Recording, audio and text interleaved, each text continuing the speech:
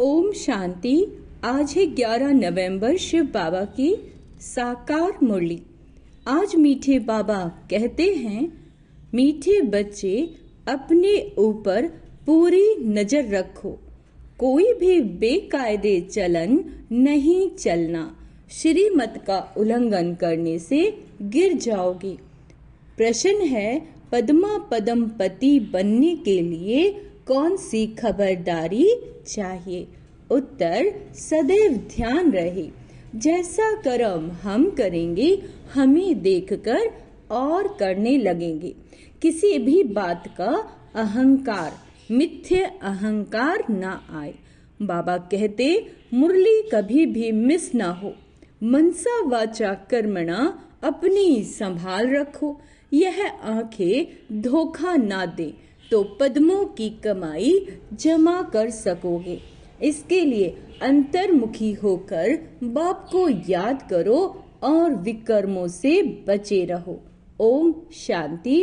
रूहानी बच्चों को बाप ने समझाया है, यहाँ तुम बच्चों को इस ख्याल से जरूर बैठना होता है, यह बाबा भी है, टीचर है और सदगुरु भी है। और ये भी महसूस करते हो, बाबा को याद करते करते पवित्र बन पवित्र धाम में जाकर पहुंचेंगे। बाप ने समझाया है कि तुम पवित्र धाम से ही तुम नीचे उतरते हो, उसका नाम ही है पवित्र धाम। सतो प्रधान से फिर सतो रजो तमो। अभी तुम समझते हो कि हम नीचे गिरे हुए हैं, अर्थात गिरे हुए का मतलब बताया बाबा ने, अर्थात वैशाल्य में है। भल तुम संगम युग पर हो, परंतु ज्ञान से तुम जानते हो कि हमने किनारा किया हुआ है। फिर भी अगर हम शिव बाबा की याद में रहते हैं तो शिवालय दूर नहीं। शिव बाबा को याद करते तो शिवालय बहुत दूर। नहीं याद करते अगर शिव बाबा को तो क्या होगा? शिवालय बहुत दूर। सजाएं खानी पड़ती हैं। बाबा कहते तो बहुत दूर हो जाता है। तो बाप बच्चों को कोई जास्ती तकलीफ नहीं देते। एक तो बार बार कहते हैं, क्या कहते हैं? मनसा वाचा कर्मणा पवित्र बनना है। ये आंखें भी बहुत धोखा देती हैं, इनसे बहुत संभाल चलना होता है। बाप ने समझाया कि ध्यान और योग बिल्कुल अलग है। योग अर्थात याद, आंखें खुली होते भी तुम याद कर सकते हो।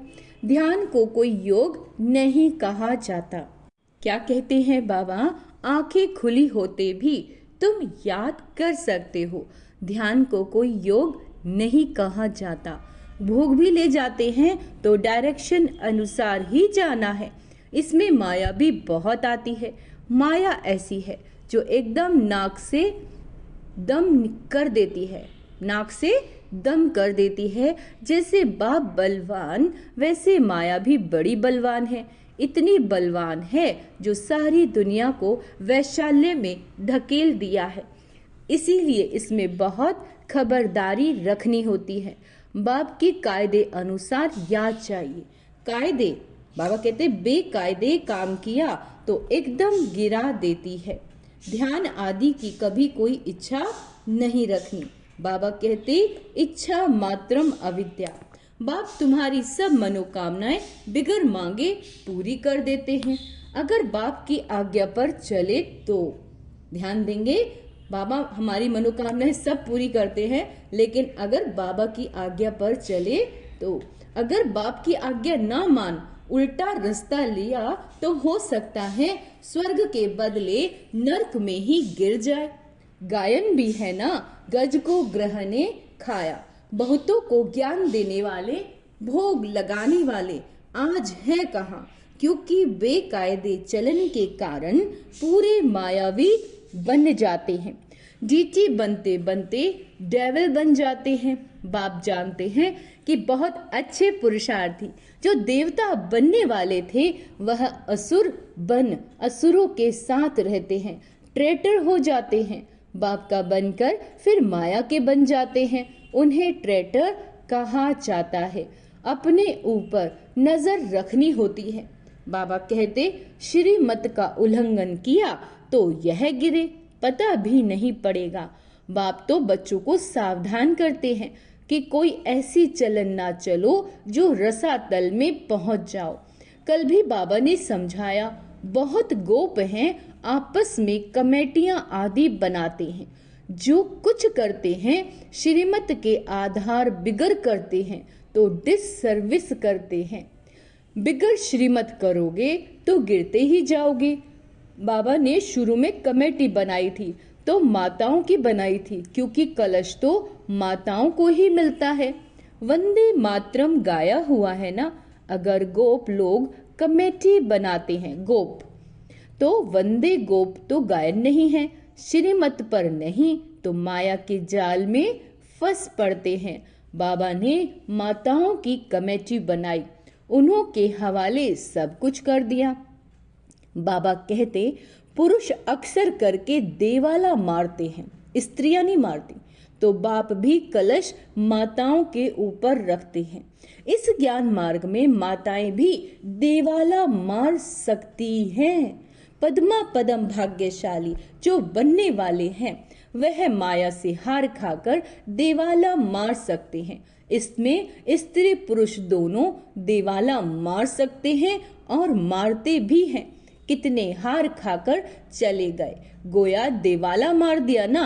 बाप समझाते हैं, भारतवासियों ने तो पूरा देवाला मारा। माया कितनी जबरदस्त है जो समझ नहीं सकते। हम क्या थे, कहां से एकदम नीचे आकर गिरे हैं। यहाँ भी उच्च चढ़ते चढ़ते फिर श्रीमत को भूल अपनी मत पर चलते हैं तो देवाला मार देते हैं। वो लोग तो देवाला मारते फिर 5-7 वर्ष बाद खड़े हो जाते हैं। यहाँ तो 84 जन्मों का देवाला मारते हैं, उच्च पद पा न सके, देवाला मारते ही रहते हैं। बाबा के पास फोटो होता तो बतलाते। तुम कहेंगे बाबा तो बिल्कुल ठीक कहते हैं, ये कितना बड़ा महारथी था, बहुतों को उठाते थे, आज है नहीं, देवाले में है। बाबा घड़ी घड़ी बच्चों को सावधान करते रहते हैं। अपनी मत पर कमेटी आदि बनाना, इसमें कुछ रखा नहीं है। आपस में मिलकर चुगमुई चुगमुई करना, ये ऐसा करता है, फलाना ऐसा करता है, सारा दिन यही करते रहते हैं। बाप से बुद्धि योग लगाने से ही सतो प्रधान बनेंगे। बाप का बने और बाप से योग नहीं तो घड़ी घड़ी गिरते रहेंगे। कनेक्शन ही टूट जाता है। लिंक टूट जाए तो घबराना नहीं चाहिए। माया हमें इतना तंग क्यों करती है? कोशिश कर बाप के साथ लिंक जोड़नी चाहिए, नहीं तो बैटरी चार्ज कैसे होगी? विकर्म होने से बैटरी डिस्चार्ज हो जाती है। शुरू में कितने ढेर के ढेर बाबा के आकर बने, भट्टी में आए, फिर आज कहाँ हैं? गिर पड़े क्योंकि पुरानी दुनिया याद आई। अभी बाप कहते, मैं तुमको बेहद का वैराग्य दिलाता हूँ। इस पुरानी दुनिया से दिल नहीं लगाओ, दिल स्वर्ग से लगानी है। अगर ऐसा लक्ष्मी नारायण बनना है तो मेहनत करनी पड़े। बुद्धि योग एक बाप के साथ होना चाहिए। पुरानी दुनिया से वैराग्य, सुख धाम और शांति धाम को याद करो। जितना हो सके उठते बैठते चलते फिरते बाप को याद करो। ये तो बिल्कुल ही सहज है। तुम यहाँ आए ही हो नर से नारायण बनने के लिए। सबको कहना है कि अब तमो प्रधान से सतो प्रधान बनना है, क्योंकि रिटर्न जर्नी होती है। वर्ल्ड की हिस्ट्री ज्योग्राफी रिपीट माना, नर्क से स्वर्ग और फिर स्वर्ग से नर्क, ये चक्र फिरता ही रहता है। बाप ने कहा, यहाँ स्व दर्शन चक्रधारी होकर बैठो। इसी याद में रहो कि हमने कितनी बार चक्र लगाया है। अभी फिर से हम देवता बन रहे हैं। दुनिया में कोई भी इस राज को नहीं समझते।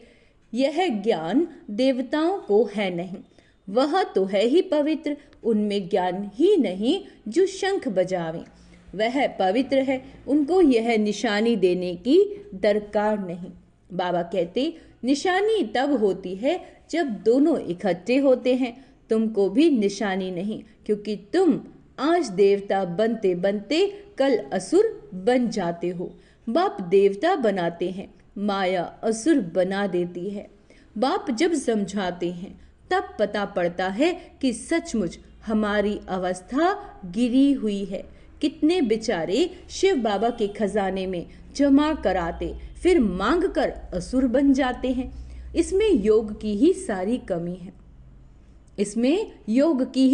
कमी है। योग से ही पवित्र बनना है। बुलाते भी हो बाबा, आओ हमें पतित से पावन बनाओ, जो हम स्वर्ग में जा सकें। याद की यात्रा है ही पावन बन उच्च पद पाने के लिए। जो मर जाते फिर भी जो कुछ सुना तो शिवालय में आएंगे जरूर। पद भल कैसा भी पाए, एक बार याद किया तो स्वर्ग में आएंगे जरूर। बाकी उच्च पद पा ना सके, स्वर्ग का नाम सुनकर खुश होना चाहिए। फेल हो पाई पैसे का पद पा लिया, इसमें खुश नहीं हो जाना। फीलिंग तो आती है ना, मैं नौकर हूँ, पिछाड़ी में तुम्हें सब साक्षात्कार होंगे कि हम क्या बनेंगे, हमसे क्या विकर्म हुआ है जो ऐसी हालत हुई है। मैं महारानी क्यों नहीं बनूं, कदम कदम पर खबरदारी से चलने से तुम पद्मा पदमपति बन सकते हो। मंदिरों में देवताओं को पद्म की निशानी दिखाते हैं, दर्जे में फर्क हो जाता है। आज की राजाई का कितना दबदबा रहता है तो अल्पकाल का। बाबा कहते सदा काल के राजा तो बन ना सके, तो अभी बाप कहते तुम्हें लक्ष्मी नारायण बनना है तो पुरुषार्थ भी ऐसा चाहिए। कितना हम औरों का कल्याण करते हैं, अंतर्मुखी हो, कितना समय बाप की याद में रहते हैं। अभी हम जा रहे हैं अपने स्वीट होम में, फिर आएंगे सुखधाम में। ये सब ज्ञान का मंथन अंदर में चलता रहे। बाप में ज्ञान और योग दोनों है। बाबा कहते तुम्हारे में भी होना चाहिए। जानते हो हमें शिव बाबा पढ़ाते हैं तो ज्ञान भी हुआ और याद भी हुई। ज्ञान और योग दोनों साथ साथ चलता है। ऐसे नहीं योग में बैठो बाबा को याद करते रहो और नॉलेज भूल जाए। बाप योग सिखलाते हैं तो नॉलेज भूल जाते हैं क्या? सारी नॉलेज उनमें रहती है। तुम बच्चों में भी नॉलेज होनी चाहिए, पढ़ना चाहिए। जैसे कर्म मैं करूँगा मुझे देखकर और भी करेंगे। मैं मुरली नहीं पढ़ूंगा तो और भी नहीं पढ़ेंगे। मिथ्या अहंकार आ जाता है तो माया झट वार कर देती है। कदम कदम बाप से श्री मत लेते रहना, नहीं तो कुछ ना कुछ विकर्म बन जाते हैं। यानी मुरली काफी बार पढ़नी है। बहुत बच्चे भूल करते हैं, बाप को नहीं बताते तो अपनी सत्यानाश कर लेते हैं। गफलत होने से माया थप्पड़ लगा देती है, वर्थ नॉट ए पेनी बना देती है। अहंकार में आने से माया बहुत विकर्म कराती है। बाबा ने ऐसे थोड़ी ही कहा है, ऐसी पुरुषों की कमेटियां बनाओ। कमेटी में एक दो समझू सयानी बच्चियां जरूर होनी चाहिए, जिनकी ही राय पर काम हो। कलश तो लक्ष्मी पर रखा जाता है ना। गायन भी है, अमृत पिलाते थे, फिर कहाँ यज्ञ में विघन डालते थे। अनेक प्रकार के विघन डालने वाले हैं। सारा दिन यही जुगमुई की बातें करते रहते हैं। ये बहुत खराब है। कोई भी बात हो तो बाप को रिपोर्ट करनी चाहिए। सुधरने वाला तो एक ही बाप है। तुम अपने हाथ में लॉ नहीं उठाओ, तुम बाप की याद में रहो, सभी को बाप का परिचय देते रहो, तब ऐसा बन सकोगे। बाबा कहते माया बहुत कड़ी है, किसी को नहीं छोड़ती। सदैव बाप को समाचार लिखना चाहिए, डायरेक्शन लेते रहना चाहिए। यूं तो डायरेक्शन सदैव मिलते रहते हैं, ऐसे तो बच्चे समझते हैं। बाप ने तो आपे ही इस बात पर समझा दिया। बाबा तो अंतर्यामी हैं। बाबा कहते नहीं, मैं तो नॉलेज पढ़ाता हूँ, इसमें अंतर्यामी की बात ही नहीं। हाँ, यह जानता हूँ कि ये सब मेरे बच्चे हैं। हर एक शरीर के अंदर मेरे बच्चे हैं। बाकी ऐसे नहीं कि बाप सभी के अंदर विराजमान है। मनुष्य तो उल्टा ही समझ लेते हैं। बाप कहते मैं जानता हूँ कि सभी तख्त पर आत्मा विराजमान है। ये तो कितनी सहज बात है। सभी चैतन्य आत्माएं अपने अपने तख्त पर बैठी हैं, फिर भी परमात्मा को सर्वव्यापी कह देते हैं। यह है एकज भूल। इस कारण ही भारत इतना गिरा हुआ है। बाप कहते, तुमने मेरी बहुत ग्लानि की है, विश्व के मालिक बनाने वाले को तुमने गाली दी है। इसलिए बाप कहते, यदा यदा ही धर्मस्य, है ना, बाहर वाले यह सर्वव्यापी का ज्ञान भारतवासियों से सीखते हैं। जैसे भारतवासी उनसे हुनर सीखते हैं, वह फिर उल्टा सीखते हैं। तुम्हें तो एक बाप को याद करना है और बाप का परिचय भी सबको देना है। तुम हो अंधों की लाठी, लाठी से राह बतलाते हैं ना। अच्छा, मीठे मीठे से लदे बच्चों प्रति माता पिता बाप दादा का याद प्यार और गुड मॉर्निंग। रूहानी बाप की रूहानी बच्चों को नमस्ते। हम रूहानी बच्चों की रूहानी माता पिता बाप दादा को याद प्यार गुड मॉर्निंग, नमस्ते मीठे बाबा, शुक्रिया बाबा, शुक्रिया। भूल चूक क्षमा करना मीठे बाबा। धारणा के लिए मुख्य सार, बाप की आज्ञा अनुसार हर कार्य करना है। कभी भी श्रीमत का उल्लंघन ना हो, तब ही सर्व मनोकामनाएं बिना मांगे पूरी होंगी। ध्यान दीदार की इच्छा नहीं रखनी, इच्छा मात्रम अविद्या बनना है। आपस में मिलकर झुगमुई झुगमुई एक दूसरे का परचिंतन, किसी दूसरी आत्मा के बारे में चिंतन नहीं करना। क्यों नहीं करना है? क्योंकि जब आप किसी दूसरे आत्मा की कमजोरी को देखते हैं तो उसकी वो बीमारी यानी कमजोरी बढ़ेगी और आपका पाप का खाता बढ़ेगा। इसीलिए बाबा ने कहा, अंतर्मुखी हो, अपनी जांच करनी है कि हम बाबा की याद में कितना समय रहते हैं।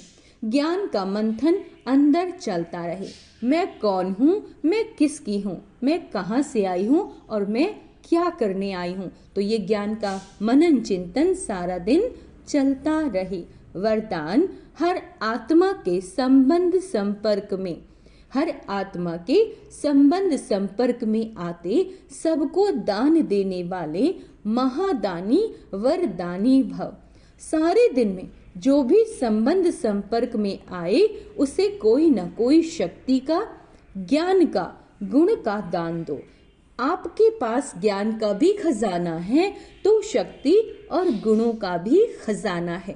तो कोई भी दिन बिना दान दिए खाली न जाए, तब कहेंगे महादानी। दान शब्द का रूहानी अर्थ है सहयोग देना। क्या अर्थ बताया बाबा ने? दान का अर्थ बताया है सहयोग देना। तो अपनी श्रेष्ठ स्थिति के वायुमंडल द्वारा, अपनी वृत्ति के वाइब्रेशन द्वारा हर आत्मा को सहयोग दो। वाइब्रेशन के द्वारा आज बाबा कह रहे हैं सहयोग देने के लिए। तब कहेंगे वरदानी। स्लोगन, जो बाप दादा और परिवार के समीप है उनके चेहरे पर संतुष्टता, रूहानियत और प्रसन्नता की मुस्कुराहट रहती है। अच्छा, ओम शांति। आज का सोमान अभ्यास करेंगे। मैं महादानी वरदानी आत्मा हूँ, मैं संतुष्ट आत्मा हूँ, मैं सदा प्रसन्न चित्त आत्मा हूँ। ओम शांति।